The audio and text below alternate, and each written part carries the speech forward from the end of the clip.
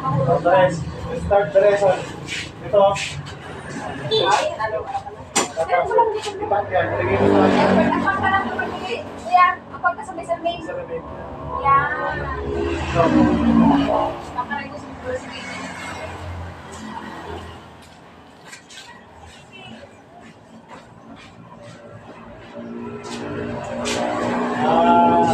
dito po tayo ngayon. Kulang kasi ako ng barbero. Malakas na yung shop namin sa gupit. And then, ibang services, pang sa isa ko lang. Eh, ito yung kapatid ko. Tuturuan ko siyang maging barbera. Gawa natin siya ng basic, dahan-dahan. Tara po, panoorin niyo kami. Ngayon, dapat ito hindi naman siya kapatid.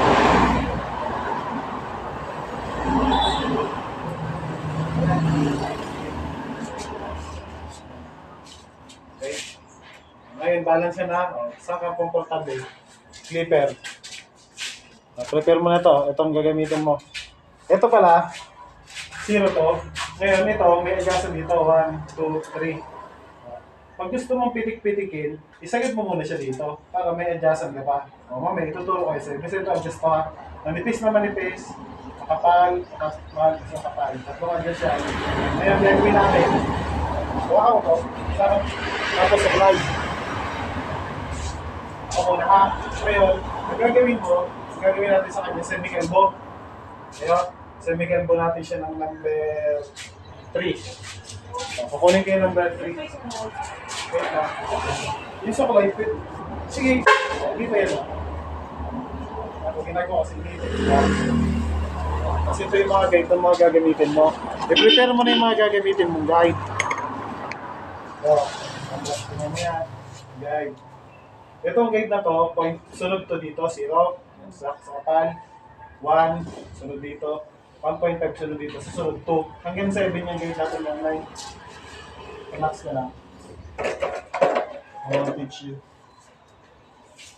Number 3. Ang guide palagi, titingnan mo dito. Ito mo rin lang.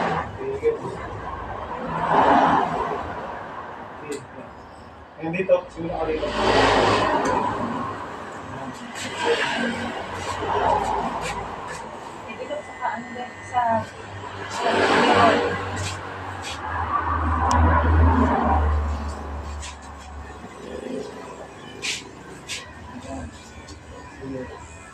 Tapos na, gagawin ko lang siya. Hindi mo siya kailangan. Kasi zero.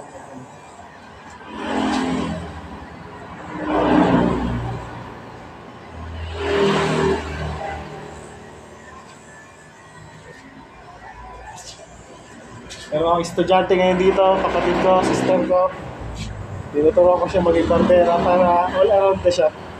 Lahat kaya niyang gawin. Manicure, pedicure, make-up, haircut sa babae, and then sa lalaki na lang.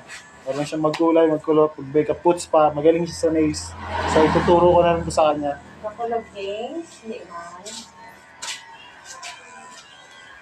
Siyaman. Nagsubulit ka. Siyaman. Ganun ka tao. Ganun, guro ka.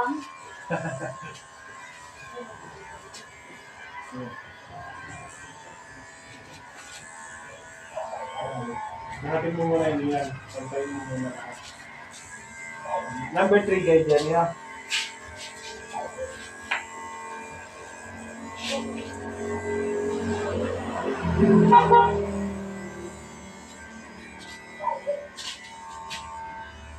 So, maya-maya naman po, susunod na video naman kasi medyo mahaba na, yung malapit na sa finished product. Okay. See you sa next content. Salamat.